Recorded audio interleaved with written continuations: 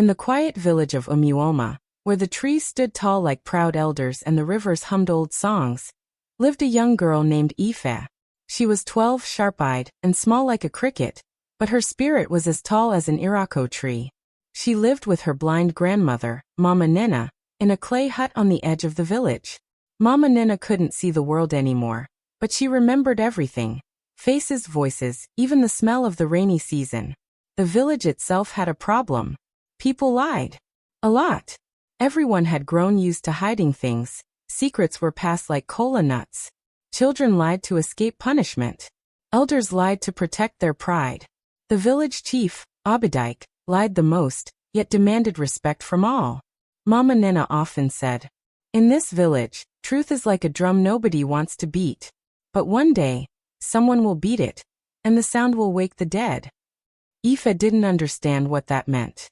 But she would soon. One hot afternoon, Ife went to fetch water from the stream.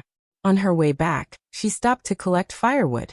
Under an old cola tree, she tripped on something round buried in the dirt. She brushed the soil aside. A calabash. It was smooth, covered in carvings that looked like ancient symbols. The moment she touched it, it whispered, "I speak only truth." Ife's heart nearly jumped out of her chest. She looked around. No one. The forest was silent. Birds paused mid-song. She picked it up carefully. It was warm, like a living thing. At home, she placed the calabash in Mama Nena's hands. Her grandmother's face turned pale. "Onuziri," she breathed. "The talking calabash. I never thought I would hold it in my lifetime." That night, Ife sat alone and asked quietly, "Why did my father leave us?" The calabash paused, then answered, "He did not leave. He died saving the village from raiders. But the elders told you he abandoned you, to protect their honor." Ife cried. The truth hurt, but it made her feel clean, like drinking cold water on a sunny day, bringing truth to the village. The next morning, Ife walked to the village square with the calabash in her arms. "I found something that tells the truth," she said. People laughed. "A girl and her gourd? Go home." But one curious woman stepped forward. "My goat disappeared last week." "Who took it?" The calabash pulsed and answered, "Your neighbor Emeka. He hid it behind his yam barn." They checked. It was true. Gasps filled the square. Soon a long line formed. People asked questions.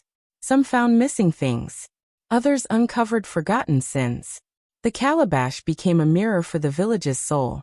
Not everyone liked what they heard. One man discovered that his wife had been lying about her past. A mother found out her son had stolen from the shrine. A boy learned that the man he called father was not his real father. Some people cried. Some shouted. A few refused to believe. But one thing was clear, no one could ignore the truth anymore. When Chief Abadike heard of the calabash, he came with 4 guards. His red cap was tall, his chest wide with pride. He barked, "Ask your toy if I am a good leader." Ife hesitated. Then the calabash began to shake. "You stole land from the widows. You took bribes. You imprisoned a man for calling you greedy. You are feared, not loved." The square went silent. The chief's face turned red. His guards backed away. He walked away, quietly, without a word.